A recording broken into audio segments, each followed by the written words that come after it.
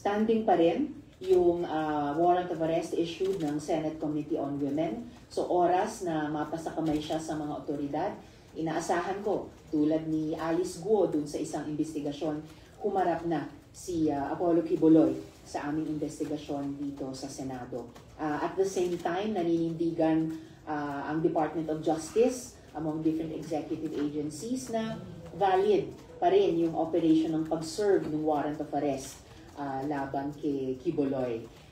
Merong temporary protection order ang Davao Court, pero particular dun sa magkaroon ng access yung mga KOJC members sa lugar, pati na yung mga estudyante doon sa Jose Maria College. Hindi po hinahadlangan nun yung patuloy na pag-serve ng arrest warrant kay Quiboloy. Kaya inuulit ko na lamang sa kanya, itigil na lahat ng mga dramang iyan, lumabas na sa lungga ninyo, humarap na kayo dito sa Senado at sa iba't ibang mga korte kung saan may nailabas na ng mga warrants para sa arrest mo. Ma'am, how do you see yung mga counter-propaganda ng kampo ni Quiboloy, like yung ginagawa ito, parang mining, gold excavation doon sa KOJC compound ng PNP? Well, sinasabi nila PNP ang gumagawa nun? Yes, o sila ang gumagawa nun? Sila, nagbuhukay daw kasi yung PNP. Mga dalado parang gold detector and mga propaganda from their end.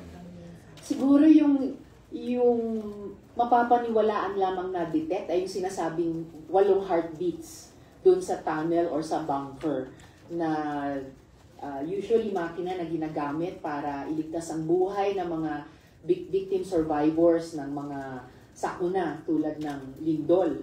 Pero kung yun ang ginamit para i-detect at subukang tumbukin kung saan patuloy na tinatakasan ni Apollo Quiboloy ang warrant of arrest para sa kanya, iyon ang paniniwalaan ko. Dahil on the strength of their service of arrest warrant, wala namang ibang ipinapakitang takay ang PNP doon, bukod doon. Last question. What about yung condition being laid down by his lawyer? Sorry. Ma'am, yung condition ng lawyer, dapat pa may written declaration si Presidente na hindi siya ito turn over sa US if ever.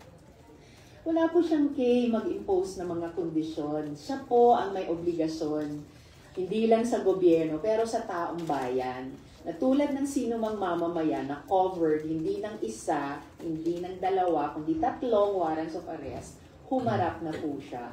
Kung ano po ang gagawin ng gobyerno, kung magkaroon man ng extradition treaty, ang sino mang ibang bansa, o kung mailagay siya sa list ng Interpol para maging subject ng search ng iba't ibang law enforcement agencies ng buong mundo, hindi na po siya ang may desisyon dyan. Gobyerno na po.